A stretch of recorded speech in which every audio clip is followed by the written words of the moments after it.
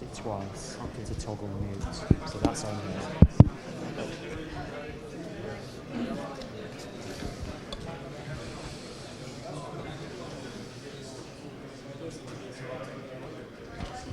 here. Good morning, everyone. My name is Carlos, and I'm the moderator for this talk. And I'd like to introduce to you Waiman. He's a principal software engineer at Red Hat, and he will be talking about the locking improvements happening recently in kernel.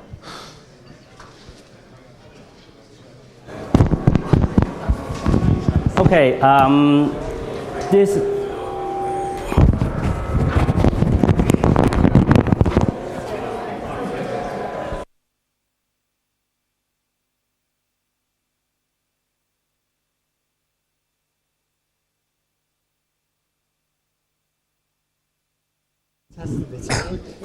Hello. Okay. My name is Waiman. I'm a principal software engineer in Red Hat. My major area of focus is the locking subsystem within the kernel. And today I will talk about some of the locking related change that improve performance and scalability in the past few years. So this is the agenda for today. I will talk about, give an overview of the different locking primitives that are available in the Linux kernel. And then I will focus more on the changes that have been in the spinning lock, as well as those in the sleeping lock. And after that, I also will talk a little bit about the futexes, which is a kernel subsystem that are used to help user space to implement all sorts of different locking primitives. And finally, I will talk about some of the upcoming changes that have been proposed as RSC patches, but not yet upstream yet. So now I will talk about the different kind of locking primitive in the Linux kernel. When you are talking about lock, there are two main types. They can be a spinning lock, meaning that the lock waiter will wait until it gets the lock without sleeping. And then there are those sleeping lock, where the lock waiter, if they can't get the lock immediately, they will try to go into sleep. And then when the owner of the lock release the lock, it will wake up those lock waiter that are sleeping.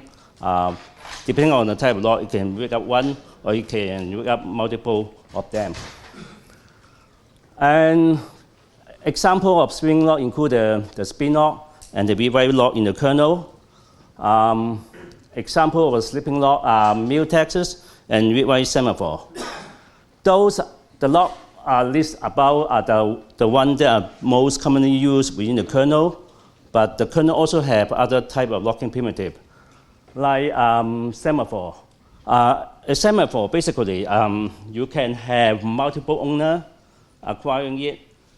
Usually when you set up the semaphore, you set up a card number.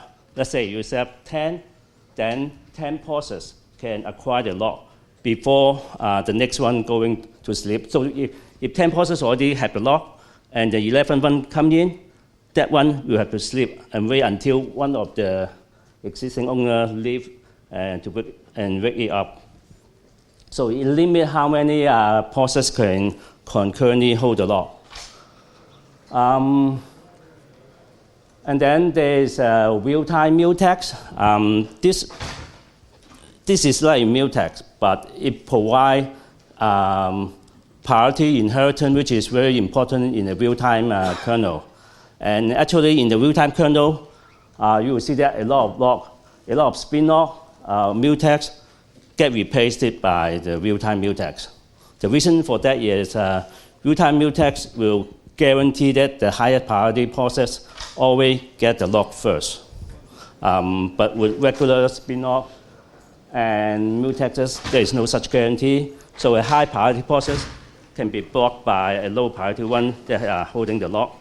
So, but without mutex, you can guarantee that, and that is the reason why in the RT kernel, the latency can be so slow for those high priority processes. is because it will try to preempt all the other process, other process that are of lower priority than the real-time process. And then there is a special kind of lock called per CPU rewrite semaphore. Those are for situations that the read are very frequent, but the write is very rare. So an example of those are such as the CPU hotbar. If you look at some of the kernel sources, oftentimes you will see call like get online CPU and put online CPU. What those call does is actually get a read lock on the per CPU rewrite semaphore to prevent things like CPU hopper from happening. So CPU hopper won't happen until all the read lock have been released. And the way the per CPU semaphore works is for read lock, it actually is based on RCU. So actually nothing really happened in the RCU read lock, that the overhead is very low. But for the write lock, what you need to do is you have to scan through all the CPU to make sure that no one is holding a read lock, and that is very time consuming. So it's very costly. But the frequency of things like CPU hotbar is very rare. And actually, I think for the current Linux kernel, I'm not sure there are manufacturers out there that actually support CPU hotbar or not. And then finally, there is a bit lock. There is a set of functions that you can use one bit in this structure to serve as a simple lock. There for use cases where you don't have enough, well, you don't want to allocate one integer for the lock itself, and you just want to use one of bit for locking purpose. Then you use bit lock. There are also other API that are related to locking, but it's not actually a lock. An example would be the RCU.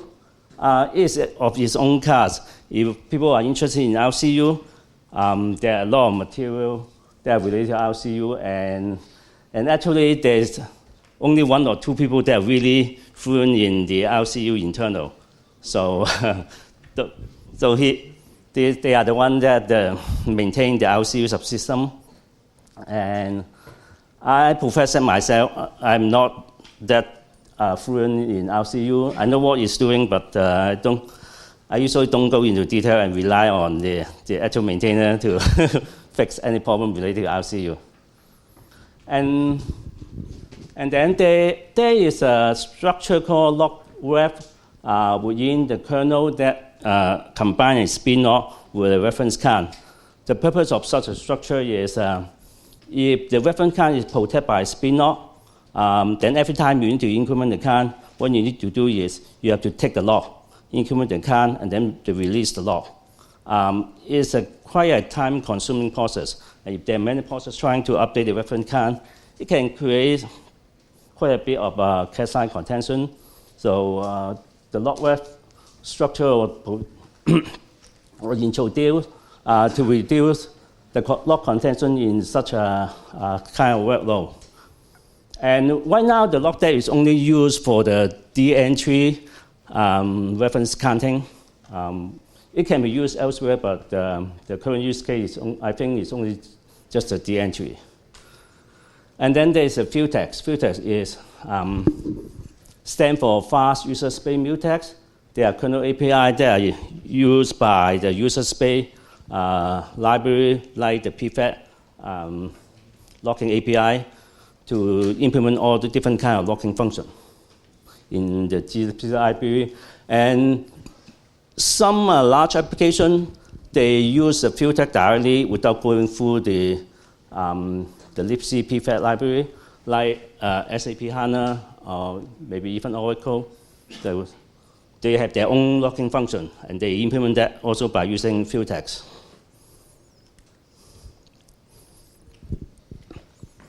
Now I'm going to talk about the kind of spinning lock in the kernel. At the very beginning, the Linux kernel uses a simple test and set lock. So you just, the whole lock word is just basically just one lock bit. So you try to set the bit. You can say by instruction like compare exchange or just an exchange statement and see whether you can successfully transition the lock state from 0 to 1, then you are the lock owner. Otherwise, you fail to get the lock and you have to spin on it until the lock becomes free and reacquire it again. But this kind of lock have two major issues. First, test and set lock is unfair. The problem with unfair is that for some of the lock waiter, they may need to wait for a long time before they get the lock. Some fortunate one may jump the queue and get the lock immediately, but other may have to wait longer. And in some cases, you can, with an unfair lock like this, you can actually cause a system to have soft lock up. You would turn on the Spinlock debug feature in the kernel. You actually convert the actual lock implementation into a simple test and set lock. So there are some bug report in which when you boot up the debug kernel, it will actually have a soft lock up happening, and then the boot just fell. But it happened occasionally, so maybe once every a few hundred or even a few thousand times. But there's a problem. It's not very reliable, and sometimes it fails. And then another problem with the simple test and set lock is that there's a lot of contention on the cache line, and cache line contention is bad for performance. If there are many lock waiters trying to acquire the lock, and they're all spinning on the same lock cache line, the performance will tank. Later on, I think around 2008 timeframe, ticket spinlock was introduced. Ticket spinlock can solve the unfairness issue that because it's a fair lock, it's a fair FIFO lock. So the order where you get the lock is strictly depending on the time where you enter the queue, the queue. So, but then for the ticket lock, you still need to spin on the same lock cache line, and every lock waiter have to do that. So there's still a lot of cache line contention, but it's better than TSS locks, because with TSS lock, when you see the lock is free, then what happens is all the lock waiters try to acquire the lock by using instruction like compare exchange or just exchange. And when you have a lock white like this, it creates a lot of cache line contention problem and slow things down. For ticket spinlock, all the lock waiter do is just read the cache line. So read contention, even with read, there's still contention because in many cases, the lock cache line itself also contains other data items that will be accessed by the lock owner, or if you have some false cache line sharing situation, other part of the cache line may have data accessed by other process, and that can have create some cache line contention problem too.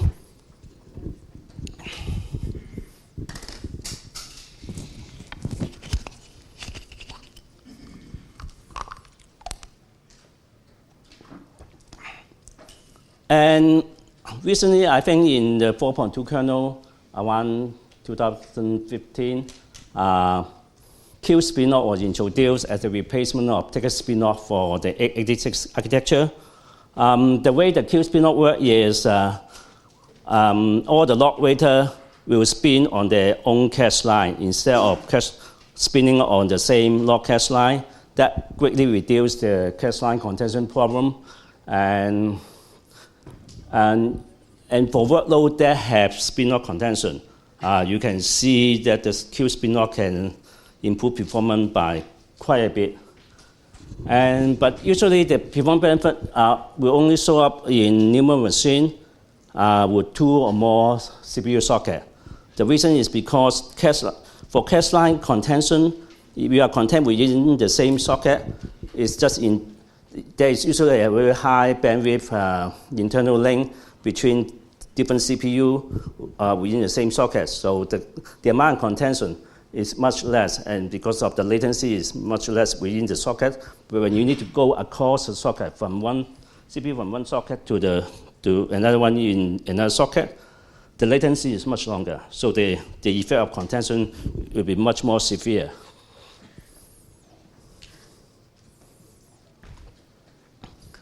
And for qspinlock, actually is a combination lock that combines a simple TS lock with the MCS lock. The simple TS lock provide the fast pass lock performance because when you try to acquire the lock, it's like a simple test and set lock. Just try to set the bit. You can set the bit, then you own the lock. If not, then you go to the slow path where you have to go through all the queuing process. And the MCS lock are used primarily for queuing purpose. It creates a queue that the lock waiter will be waiting on. Its function is that each lock waiter will spin on their own cache line, and that cache line is per CPU MCS node. That depending on what CPU you're on, you have your own MCS node that we will spin on. And the MCS node is the structure that forms the queue in the qspinlock. And so, and the MCS lock spinning, lock queuing only happens during the locking phase.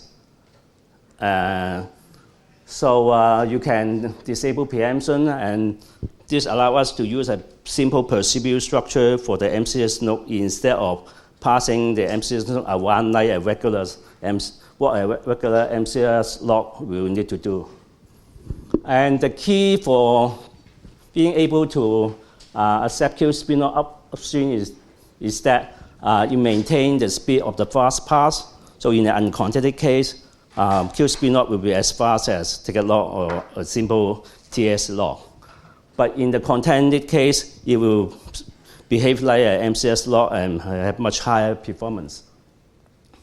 And also, we are able to cram everything into a 4-byte 32-bit word to maintain the size of the spinlock structure. And this is important because there are some data, actually there's one data structure in the kernel that are very size conscious. If you increase the size even by 4 bytes, it will create a lot of additional overhead. And that is the page structure. Because for every 4K pages, there is a corresponding page structure. And I think the current size is about 56 or maybe 60 bytes. You increase it by 4 bytes, then for every page you add 4 bytes, it will be a 1 or 2% overhead, maybe overhead, which for them they won't accept qspinlock if we have to increase its size. And currently the qspinlock is only enabled on x86 architecture, but there are interest in other architecture like Power or ARM to adopt it. As long as they have use cases where they can show the benefit of the qspinlock. Now I will talk about why the cache line contention can have a big effect on the performance in case you have lock contention issue. So I will show a couple of charts between the difference between the ticket spinlock and the qspinlock. And there are And the test will run on a 16 socket, 260 core Ivy Bridge EX system with 15 core per socket and hyperthreading off.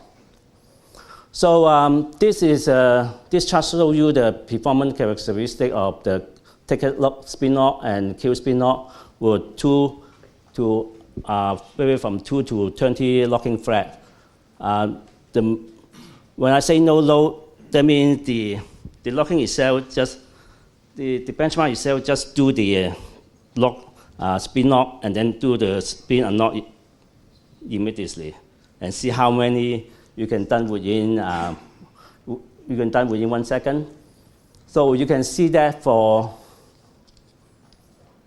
ticket lock, you can see that when you're starting from two locking thread, the performance start to drop gradually over time, and up to here is all within a single socket because there are 15 CPU in one socket, and then once you cross over to the next socket, you can see a big drop in performance because you need the contention happen. When the contention happen across CPU socket, the performance drop rather significantly. And here is the qspinlock. When you have only 2 containing threads, qspinlock also performs pretty well. The reason is because we have special optimized code to handle the case that there are only 2 containing threads. So in this case, qspinlock will perform as good as the ticket lock. But once it passes over to 3 or more, you can actually see that qspinlock perform a bit worse than the ticket lock. Because starting with 3 containing threads, then you actually need to use the MCS lock killing code, which have certain overhead. So the performance start to drop. But after that, you will see that the performance kind of flat line, unlike the ticket lock, that when you have more locking thread, you keep on slowing down more and more. But for qspinlock, it kind of flat until you hit the next socket, then you curve down again. But you can still see that it performs better than ticket spinlock in this case. Okay, this shows you when you have more locking thread. You can see that whenever you add one more node, there's a sharp drop in performance. And until you have sufficient number of containing threads, then it's kind of still curving down. You expand the graph, you see that it will keep continuously going downward. But for qspinlock, the performance also drop when you have more nodes in the contention domain. But you will see that when you have sufficient enough CPU and node, it kind of flat line instead of continuing dropping down. So this is a similar benchmarking one, but instead of having no load within the critical section, I add an atomic add within the locking critical section on the same lock cache line to show you what happens if there are some additional load on the lock cache line other than just the locking and unlocking operation. In this case, you can see that the crossover point are much lower. You look back at this line, you will need to have up to about 11 containing threads for the qspinlock to perform better than the ticket lock. But when there are additional load on the lock cache line, like here, the crossover point is around 4 containing threads. So you have 4 or more, the qspinlock will perform better. And also, you can see that for the qspinlock, once you within the same socket, the performance actually kind of flat, or maybe slightly increasing in this case. But for ticket lock, you're adding more containing thread within the same socket, the performance continue to drop. And similarly, the case for you have more containing thread. And here you can see that for the ticket lock, the performance is dropping continuously over time when you're adding more thread. But for qspinlock, it's kind of flat line. And also, I don't have the graph for that, but in many real application benchmark, what happens is with the ticket spinlock, your performance will rises, and then it kind of reach a maximum, and then it drop for ticket lock. For qspinlock, what happens is the performance will rises with more CPU in the system, and then it kind of flat line.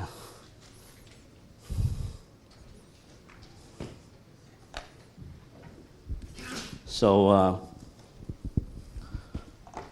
if you have to support larger system like those with 8 socket, 16 socket, or even I think SGI has some system with up to 32 CPU socket, and those systems won't boot on Linux without the qspinlock and also the qrwlock because of this cache contention problem.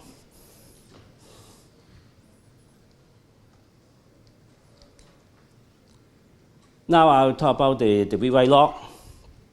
The rwlocks, the original implementation of rwlocks is unfair, and so there's also lock starvation issue. It has exactly the same issue with the simple TAS spinlock, and there's lock cache line contention. And then qrwlock, I think, was introduced in the 3.16 kernel around 2014 or 13, I call it 2014 time frame, to fix both of the above issue. First of all, qrwlock is a fair lock, so it won't have lock starvation problem. And whether the cache line contention problem is fixed or not, depending on the implementation of the qrwlock, because the qrwlock combine a simple rwlocks with a regular spinlock.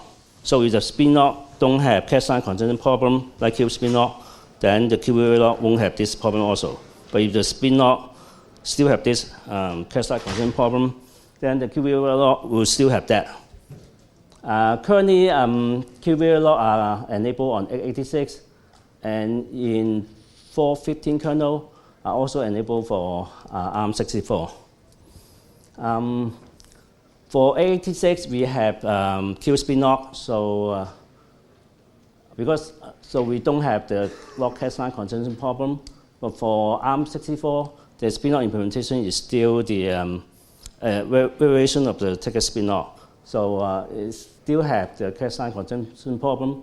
And the reason why ARM64 adopt qrwlock is that they found out that in some of the latest hardware on the 2-socket, I think the 2-socket Kelvin system, they're experiencing some soft lock up with the rwlocks. The one that I use in the task list lock, which is the most stressed rwlock in the kernel. So and their solution is to implement qrwlock to fix the soft lock problem that they experience with the 2-socket ARM system.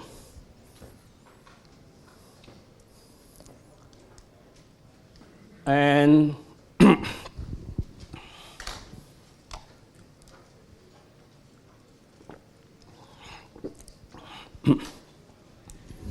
so for mutex, speaking of like mutex, one of the biggest contributor to its performance in recent year is optimistic spinning. Optimistic spinning referring to the fact that instead of going to sleep directly when you cannot acquire the lock, what the lock waiter does is it will see if the lock owner is still running, or is still actively running, then it will try to spin on the lock instead of go to sleep immediately. That have proven to be improve the performance in certain circumstances, but the original implementation of the optimistic spinning is that it allows all the lock spinner to spin on the mutex lock cache line. Then it has the similar problem with the rwlocks. And when you have many lock waiters trying to acquire the lock, it will cause all sorts of performance problem and lock starvation issue, etc. Since 3.10 kernel, the original implementation of the optimistic spinning have been changed to use the MCS lock to do the queuing. And in that case, only one lock waiter will be spinning on the lock cache line. The rest are just queued up like in the qrwlock. And later on, the MCS lock spinning code was enhanced by Peter Streischer to become what is called OSQ, optimistic spinning queue. The major difference between that with MCS lock is that there are some circumstances where you want to back out from the queue. The original MCS lock implementation won't allow you to back out. You have to wait until you become the queue head to acquire the lock. But OSQ allows you to back out in situations where your scheduling timeline has expired and you are supposed to release the CPU to the next task. They are waiting for the CPU. Oh, no. Okay, futex. The Linux kernel provides two major types of futex. What I call the Waiman futex, as well as the priority inheritance futexes. There are also a variant called robust futex, which is actually an orthogonal property that can be applied on top of both the Waiman or the PI futex. And in the 3.14 kernel, Windbylaw submitted a number of patches to improve the futex performance and scalability. For example, he increased the hash table size quite dramatically so that there are less Spinlocks contention within the futex implementation. And also it changed the wake up code to use a lot less wake up via the wake up queue instead of holding the lock to do the wake up. Okay, now I will talk about some recent development in the locking space. The first one that I talk about is the range rwlock. Again, Windbylaw had proposed sent out an RFC patch for implementing a range reader and writer lock. As the target of this patch is primarily to replace the rewrite semaphore used in the MS semaphore. The idea is to take the read or the write lock on only a certain range of memory or certain range in within a file, instead of locking the whole set of memory or the whole file. But the problem with this patch is that it's slow. It has no fast pass, so it's slow.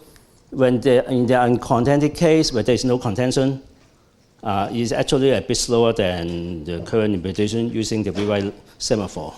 That's why it's still being discussed and debated and not yet upstream yet until, I believe until it can solve the fast pass issue, that in the uncontented case, there's no slowdown.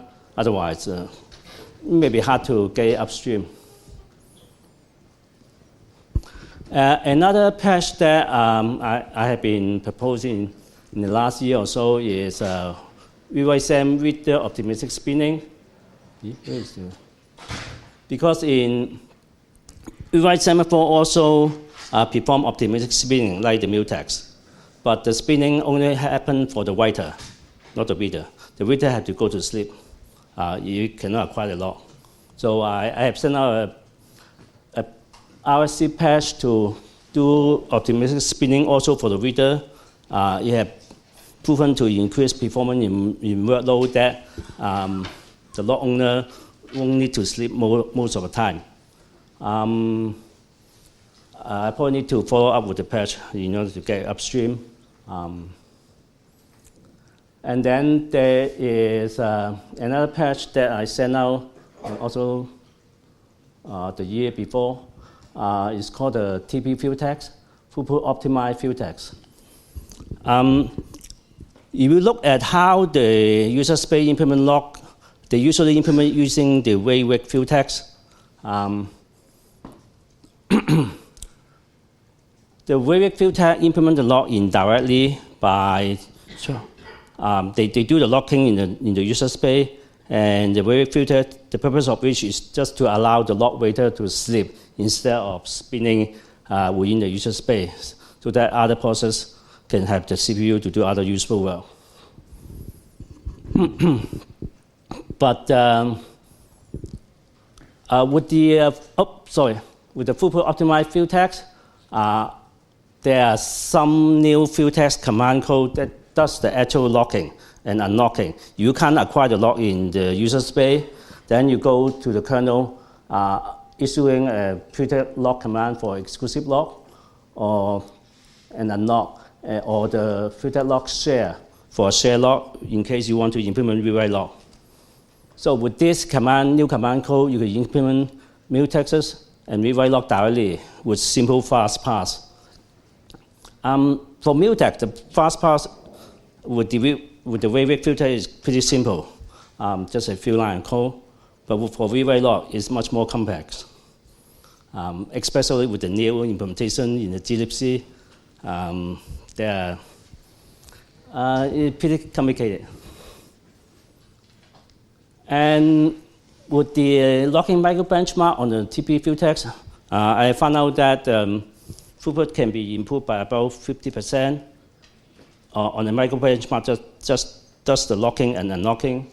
So you got a 50% throughput improvement on mutex, and up to more than 100% on rewrite lock when compare those provided by the glibc prefect library. And the performance benefit mainly come from optimistic spinning and the reduction in the number of actual system calls that need to be issued or to the kernel. And recently, with all the figure about are done before meltdown and spectra happen. You know that with all the patches that fix the issue, system call become more expensive. So the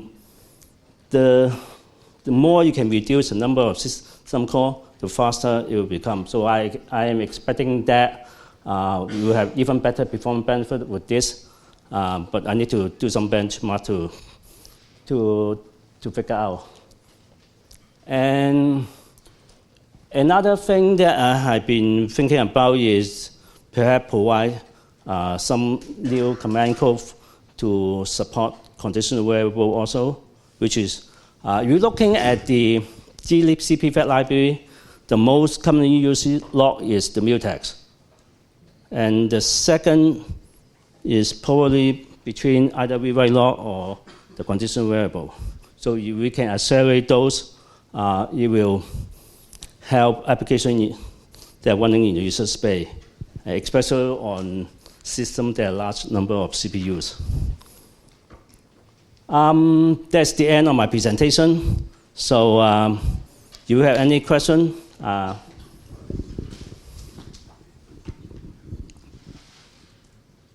Yeah.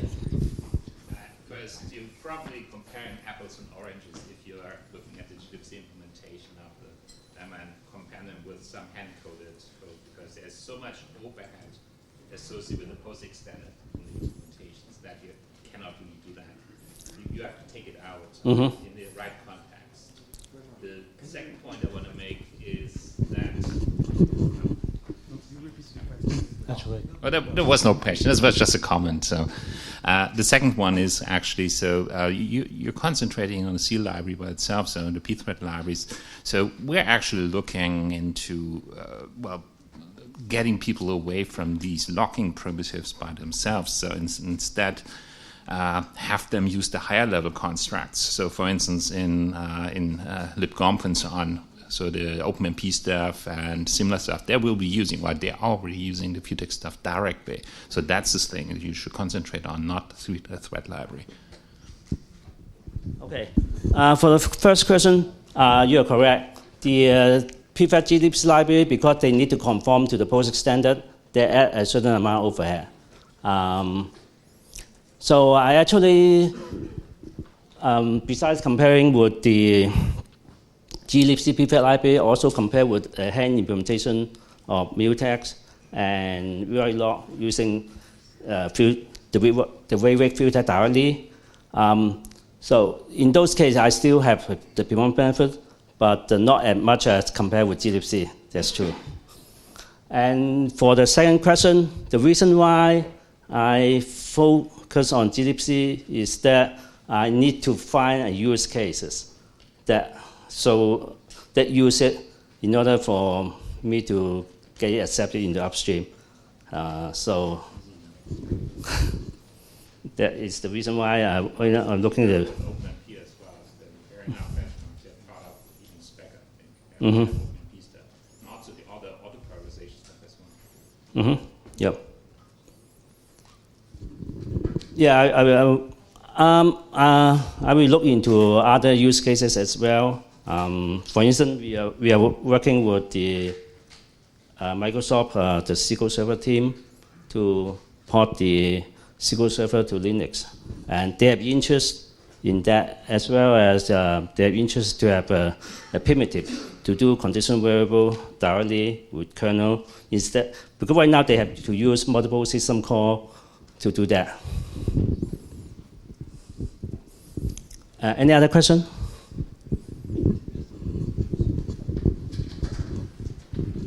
I'd like to ask, where are these qspinlocks used in the kernel? If I grab the kernel source for them, I find almost no users. As I said, those are used by the user space to implement the locking primitive. They are not used directly by the kernel. Yes, and is there any reason to use them in the kernel instead of normal spinlocks? No, kernel provides the service. The kernel itself won't need to use the futex. It's only used by the for instance, the glibc prefab library, when they do a mutex, they can't acquire the lock directly. They call the futex way command, use the futex way command code to sleep in the kernel until when the lock owner release a lock, then you wake up, use a futex wake command code to wake up the one that is sleeping in the kernel. So it's just provide the service to let the waiting thread to sleep instead of trying to spin on the lock. So there is no reason to use qspinlock instead of normal spinlocks in the kernel code, yes? In the normal kernel code, you shouldn't use them. It's for different purposes.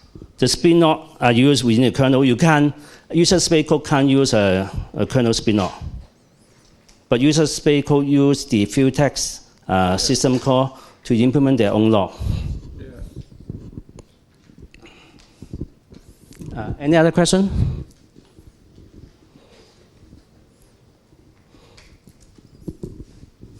Is it possible to use performance counters to get information about cache contention and stuff like that? Is it possible to use the performance counters to get information about cache contention dynamically and adjust based on that? To find that information, you have to use the perf tool. Recently, there's a new feature in perf called perf C2C, which allow you to look at code where there is a lot of cache line contention, which show up as latency in memory access. So with that tools, you can find out within the kernel or within your user space application where the cache line contention is.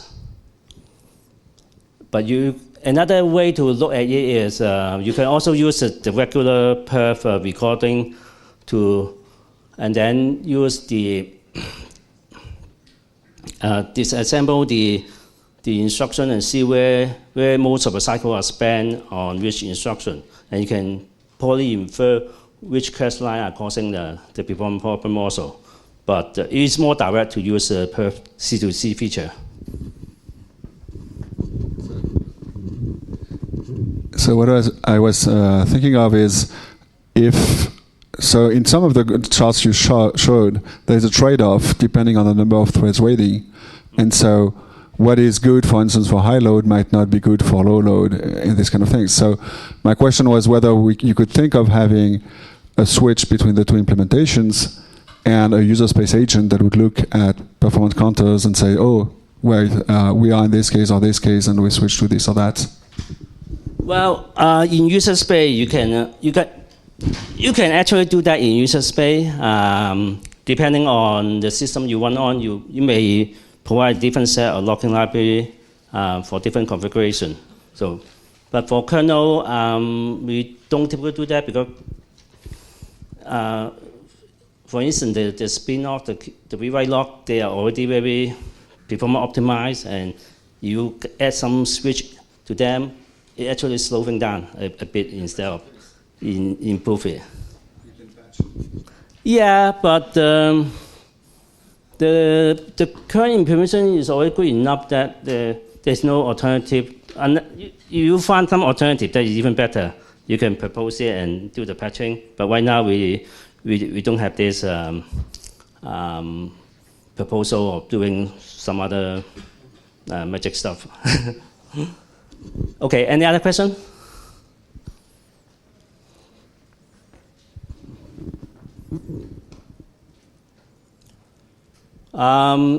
If no, then I think I will conclude my presentation, and thank you very much for coming to my talk. And I didn't put my email address. My email address is norman@redhat.com. If you have questions about locking in general, or some of the new implementation of the Spinlock, rwlock, etc., you can send me mail. Okay, thank you.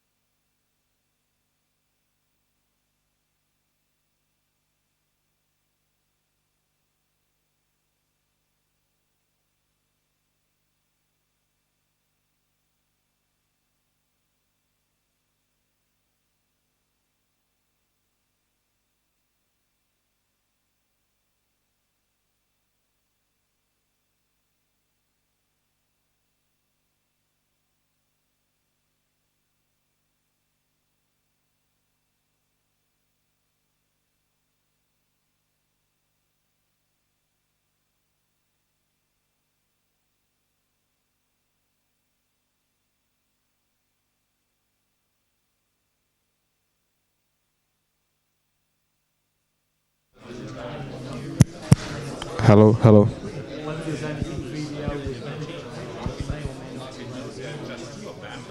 Hello.